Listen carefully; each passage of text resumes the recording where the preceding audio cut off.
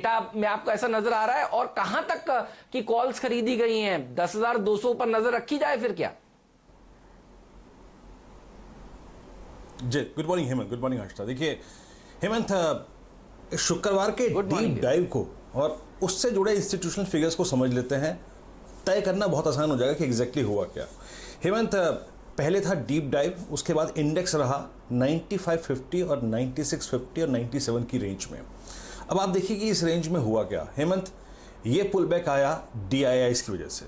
बहुत स्ट्रांगली इस डिप को उन्होंने बाय किया, 1945 करोड़ रुपए की बाइंग। FIIs नेगेटिव थे, 1300 करोड़ रुपए की सेलिंग। इंडेक्स उनका शॉर्ट था, अभी भी 502 करोड़ की सेलिंग और 4000 कॉन्ट्रैक्ट शॉर्ट। और साथ ही साथ हेमंत, उन्होंने 839 करोड़ का स्टॉक फ्यूचर बेचा और यहां भी करीब 17,000 कॉन्ट्रैक्ट शॉर्ट। यानी इस डीप डाइव को DIIs ने बाय किया, FIIs ने नहीं, वो अभी भी शॉर्ट है। लेकिन हेमंत, FIIs ने एक कॉल ली जो कि आज के लिए इंपॉर्टेंट है, और याद रखिए वो थे short put. Hemant, 22,000 put FIIs ने शॉर्ट करी है इस सेशन में। सेलिंग थी 666 की फिगर, 666 करोड़ रुपए की सेलिंग। तो याद रखिए हेमंत, ये 9500, 9600 और 9700, ये 200 पॉइंट एक इंपॉर्टेंट बेस बन गए हेमंत।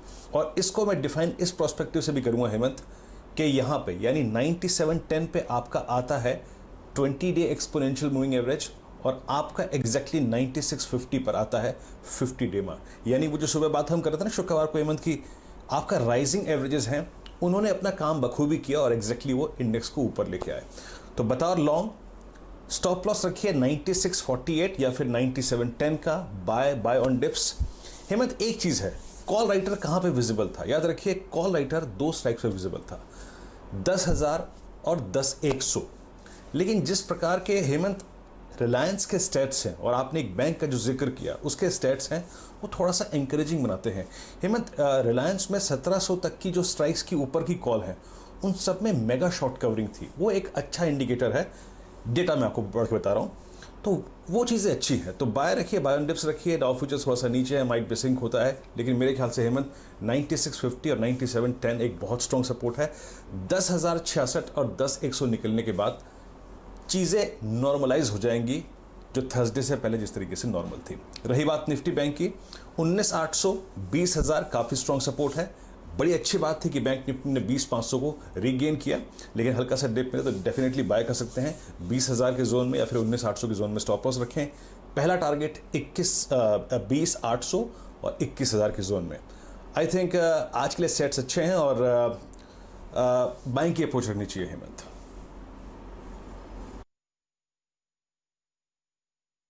बाय साइड की पोजीशन पर फोकस करें, आप डिप्स का फायदा उठाएं, वीरू ने यही आपको समझाया है। और फ्राइडे के सत्र में जिसने हिम्मत दिखाई वो एक अच्छे खासे मुनाफे पर फाइनली बैठा था, क्योंकि ऑफ कोर्स फ्राइडे को भी आपको याद होगा ग्लोबल संकेत बिल्कुल ठीक नहीं थे, और आज फिर वैसी ही तस्वीर बनती हुई दिखाई दे रही है अगर आप डाउ फ्यूचर्स पर नजर डालेंगे और घबराएंगे तो डिप है, उसका फायदा उठाइए। चलिए, हमारे जानकार हमारे साथ हैं, तो आशीष चतुर्मोता और राजेश सातपुते से फटाफट आज के ट्रेडिंग आइडियाज भी समझ लेते हैं। आप दोनों का ही स्वागत है।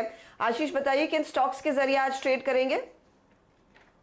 Good morning Harshada. तो देखिए, डेफिनेटली मैं अपने 2 स्टॉक्स की बात करूंगा, पर उसके पहले आप थोड़ी देर पहले रिलायंस का जिक्र कर रहे थे, और यहाँ एक बहुत ही इंपॉर्टेंट ट्रेंड जो बन रहा है उसको बताना काफी जरूरी मुझे लग रहा है। एक तो इस स्टॉक ने कल के सत्र में, यानी कि फ्राइडे के ट्रेडिंग सेशन के अंदर में, इस स्टॉक ने टेक्निकली गोल्डन क्रॉस किया है। इसका मतलब ये है कि जो 200 डे मूविंग एवरेज है उसको 50 डे मूविंग एवरेज ने कल क्रॉस करने की कोशिश की है, और ये अपने आप में एक बहुत बड़ा मतलब बुलिश पैटर्न फॉर्मेशन होता है। इसको हम कहते हैं लॉन्ग टर्म ट्रेंड जो है वो बहुत स्ट्रांगली पॉजिटिव की तरफ कन्वर्ज हो रहा है। टेक्निकली तो हम इसके बारे में काफी समय से बात कर रहे थे कि ये अपने ऑल टाइम हाई को छुएगा, बट इस गोल्डन क्रॉस ने इसकी स्ट्रेंथ को काफी अच्छी बढ़ा दिया है। तो मुझे लगता है आने वाले दिनों में आपको रिलायंस के अंदर जो ट्रेंड है वो बहुत स्ट्रांग नजर आएगा, और ये जो टारगेट्स हम दे रहे हैं ये शॉर्ट टर्म टारगेट्स हो सकते हैं। तो मुझे लगता है अब जो है 1700 रुपए के लक्ष्य जो है बहुत ही जल्द शॉर्ट टर्म के अंदर में 1700 1750 तक की अपसाइड देखने को मिलेगी, और 1520 एक बहुत अहम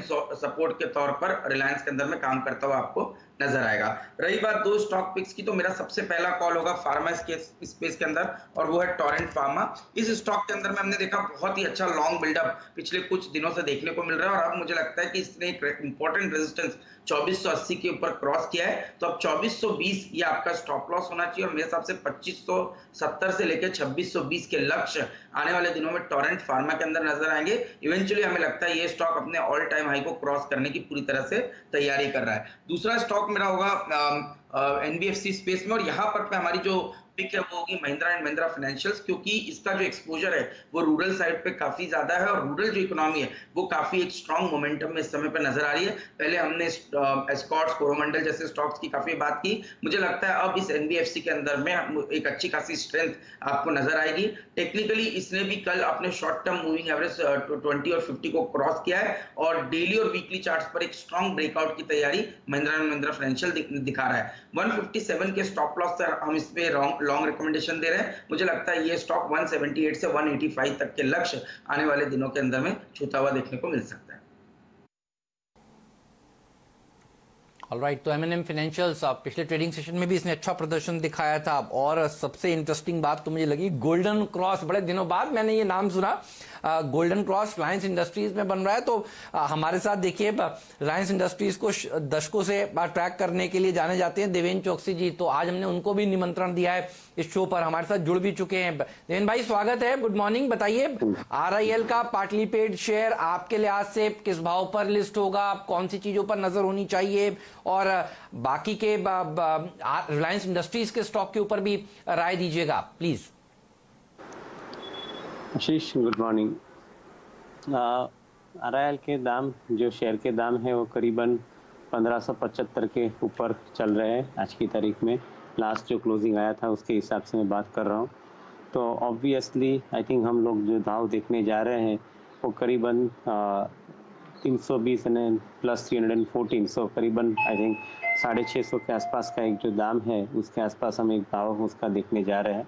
बिकॉज ये जो दाम आएगा वो पर्टिकुलरली हम जो कैलकुलेट करते हैं 1590 के आसपास का जो करंट मार्केट प्राइस, उसके अंदर से 1257 का जो राइट इश्यू का price, we will take out the balance amount which is payable I think next year, which is 314 plus 629, that amount we take it out, और वो अमाउंट टेक आउट कर लेते हैं। तो आई थिंक जो बाकी का जो अमाउंट रहता है उसके ऊपर हम लोग ने कैलकुलेट किया था कि एक प्रीमियम बनेगा। प्रीमियम इसलिए बनेगा, आप गिन लीजिए 300 रुपये के आसपास का प्रीमियम जो बनता है अंडरलाइन करंट मार्केट प्राइस और रिलायंस के पार्टली पेड अप शेयर के बीच में, उसका प्रीमियम इसलिए भी बनता है कि एक तरफ आई थिंक आपको जो 943 रुपीज़ जो आपको अगले साल भरने हैं उसका एक प्राइसिंग डिस्काउंट आप गिन लेते हैं, और दूसरे उसकी तरफ आई थिंक आपको यहाँ पे एक अपॉर्चुनिटी मिलती है कि ये भाव में आप शेयर परचेस करते हो तो आपको एक 18 महीने का एक टाइम मिलता है पैसा देने के लिए। तो एक I think long dated option का एक प्रीमियम जो कैलकुलेट करते हैं वो हिसाब से गिना है। तो all in all put together मैं ऐसा समझता हूँ कि I think the calculation should be somewhere around 630 to 650 rupees पर शेयर। ओके, 630 to 650 के आसपास वो शुरुआती टिक देखने को मिल सकते हैं। लेकिन देवेंद्र भाई, ये तो मैथमेटिकल कैलकुलेशन हुई, इस समय एक बहुत बड़ा सेंटिमेंट भी प्ले आउट हो रहा है कंपनी के लिए कि देखिए इस राइट्स इशू के पूरे होने के बाद पिछले 12 सालों में सबसे ज्यादा शेयर प्रमोटर के हाथ में है। वो एक तगड़ा पॉजिटिव साइन रहता है किसी भी कंपनी के लिए। और दूसरा ओवर द वीकेंड हमने TPG का नाम आते देखा है, एल कैटरटन का नाम आते देखा है जियो प्लेटफॉर्म में निवेशक के तौर पर। वो कितना सेंटिमेंटली और स्टॉक में बूस्टर साबित कर सकता है? हर्षदा, एक अच्छा पॉइंट आपने लिया है कि प्रमोटर का खुद का स्टेक यहाँ पे बढ़ा हुआ है। यहाँ पे एक चीज़ के हिसाब से देखते हैं कि रिलायंस इंडस्ट्री जो करंट अवतार में है उसके अंदर अभी 3 सब्सिडरी बन चुकी है। एक रिलायंस O2C, दूसरी रिलायंस जियो प्लेटफॉर्म और तीसरी रिलायंस रिटेल। ये 3 मेन वर्टिकल हैं ये रिलायंस इंडस्ट्रीज के अंदर। तो एज सच आई थिंक आप ऐसा देखेंगे कि Reliance industry is becoming a holding company for all this 3 companies. तो जहाँ तक मेरा समझना है कि होल्डिंग कंपनी के अंदर उनका जो मेन कारोबार रहता है वो पैसा एलोकेट करता है, और एलोकेशन करने के बाद I think they will make sure that I think all the businesses systematically grows. तो दे होल्डिंग कंपनी का कारोबार है, तो उसके अंदर उनके पास मेजॉरिटी स्टेक होना बहुत जरूरी बनता है। I think suppose if the promoter is holding 50% plus, then they have got a relatively better power as far as I think taking the business decisions are concerned and in the holding company. तो ये हिसाब से भी गिना जाना चाहिए कि I think that is giving them an opportunity to take little bit more forward decisions going forward. शायद पेमेंट का बिजनेस या बैंकिंग का बिजनेस रिलायंस इंडस्ट्री के अंदर इंक्यूबेट होता है, तो I think that will probably require I think a majority of the signatory power. So ये एक चीज़ के हिसाब से गिना जाना चाहिए। दूसरी तरफ आपने जो दो नए इन्वेस्टर आए हैं उनकी बात की, आई थिंक एक अच्छी चीज़ इसके अंदर ये है कि ये जो फाइनेंशियल इन्वेस्टर्स कंपनी के अंदर आते हैं तो उनके पास करीबन 7 साल का एक मैंडेट रहता है अपने इन्वेस्टर को रिटर्न देने का। तो definitely I think for 7 years I think they will continue to stay invested into the company. That is the first point. Unlike secondary market के अंदर जहाँ पे ट्रेडिंग करते हैं इन्वेस्टर, उसकी जगह पे यहाँ पे इन्वेस्टर 7 साल के लिए बने रहेंगे। दूसरी तरफ जो सॉवरेन इन्वेस्टर्स है अबू धाबी फंड्स के ब्रदर और सिस्टर्स के, both of these funds are basically going to stay invested for I think 15 to 25 to 40 years because sovereign funds have a relatively longer period of horizon of investment। और Facebook का जो investment है is a strategic value investment, जहाँ से I think Jio platform के साथ में Facebook is going to go to the global market. So all in all put together मेरा ऐसा मानना है कि एक बहुत सिस्टमेटिकली क्रिएट किया हुआ शेयर होल्डिंग है जहाँ पे प्राइवेट इक्विटी और सॉवरेन फंड और स्ट्रेटेजिक इन्वेस्टर को साथ में लाया गया है। मैं समझता हूँ कि I think this is going to make a good beginning for the company कि जब भी वो लिस्टेड मार्केट के अंदर जाएंगे तो it will give lot of confidence to public share holders because of this particular approach of bringing good quality investors into the company. ठीक बात है बाप। तो नजर होगी देखिए आज इस मेगा लिस्टिंग के ऊपर